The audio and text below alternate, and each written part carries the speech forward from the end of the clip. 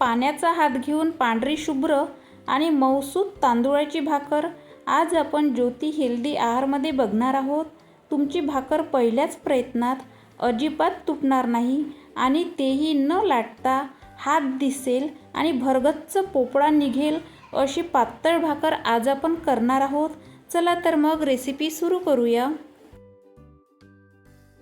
येथे ना मी राशनच्या तांदूळाचे पीठ गिरणीतून दळून आणले आहेत।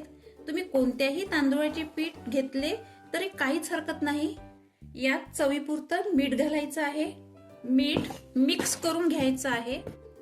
तुम्ही ज्या वाटीने पीठ मोजून घेतले आहेत ना त्याच वाटीने पाणी मोजून गॅसवर उकळून घ्यायचे आहे आणि हे पाणी पिठामध्ये घालायचे आहे। लगेच पीठ सराट्याने मिक्स करून घ्यायचं आहे। आता हे पीठ कोमट होऊ द्यायचं आहे। बघा पीठ कोमट झालेले आहे, हाताला चटका पण बसत नाही। आता या पिठाचा कणकेसारखा गोळा करून घ्यायचा आहे।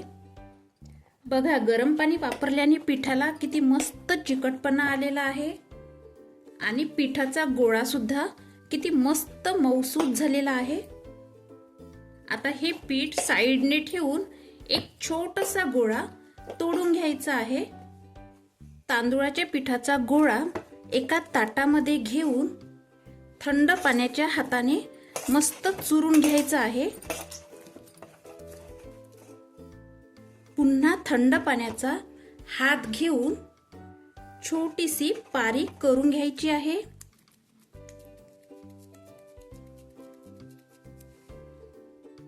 पुन्हा ताटाला थंड पाण्याचा हात लावून घ्यायचा आहे।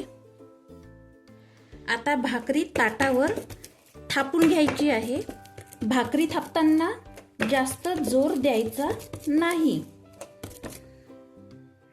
जेवढी पातळ भाकरी थापाल तेवढी भाकरी टेस्टी लागते आणि पातळही होते।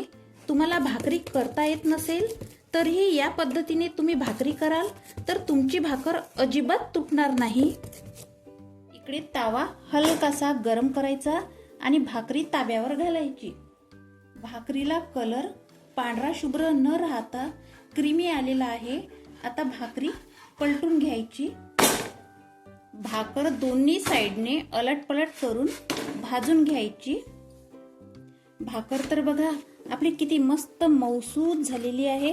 याच पद्धतीने बाकीच्या भाकऱ्या करून घ्यायच्या आणि भाकरीचा पोपडा तर बघा किती मस्त पैकी निघत आहे आणि दिसायला भाकरी किती मस्त पांढरी शुभ्र झालेली आहे।